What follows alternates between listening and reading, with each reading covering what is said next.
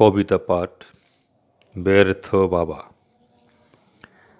আমার বাবা ব্যর্থ বাবা, তা না হলে অন্য বাবাদের মতো গাড়ি থাকতো, বাড়ি থাকতো, ফুর্তিতে ওড়ানোর অঢেল টাকা থাকতো ব্যাংকে।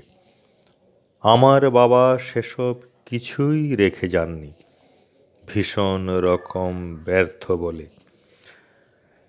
ভাই বোনদের কেউ করেছে গ্র্যাজুয়েশন, কেউ পড়েছে মাধ্যমিক। বাবা বলতেন, আসল হলো নৈতিক শিক্ষা। অর্থ উপার্জন নয়, লক্ষ্য হওয়া উচিত মনুষ্যত্বের বিকাশ।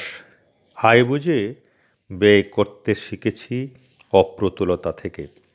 বর্তমান সময়ে এসব নীতিবাক্য মূল্যহীন, যেন পচে যাওয়া খাবার অযোগ্য মাংস। সার্থক বাবাদের সামাজিক অবস্থান অনেক উঁচুতে। সম্মান বৃদ্ধিতে সম্পদের ভূমিকা অনস্বীকার্য। বিয়ের বাজারেও চড়া দাম। গাড়ি বাড়ি ক্ষমতার দাপট থাকলে অভিজাত হওয়া যায়। মানুষ সর্বকালেই সুখের সন্ধানী। সার্থক পিতার সন্তানেরা উপর তলার সুবিধাভোগী। নেশার টাকা জোগাড় করতে হয়ে ওঠে বেপরোয়া। জন্মদাতাকেও খুন করতে পিছপা হয় না। শিক্ষককে অপদস্থ করা তো মামুলি ব্যাপার। সম্ভ্রম বিক্রি করে কেনে বিলাসিতা।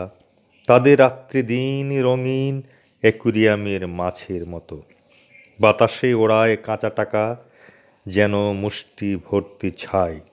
আমার বাবা ব্যর্থ বলে এসব দিতে পারেননি, শুধু রেখে গেছেন কৃচ্ছতায় সুখ কেনার অমূল্য বিদ্যা।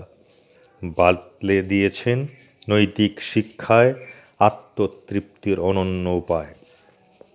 এখনকার বক্কে যাওয়া সন্তানেরা বিদ্রোহী হয়ে ওঠে।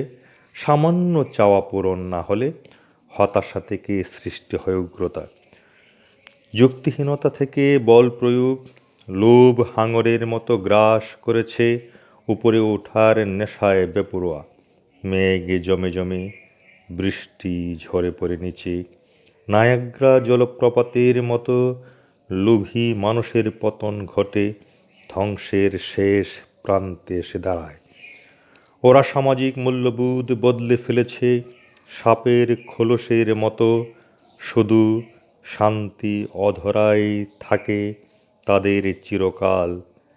আজকে মনে হয় সুখে থাকতে এমন ব্যর্থ বাবাই প্রয়োজন। ঘরে ঘরে এমন বাবা থাকলে এই পৃথিবী হতো মধুময় সুখের কানন।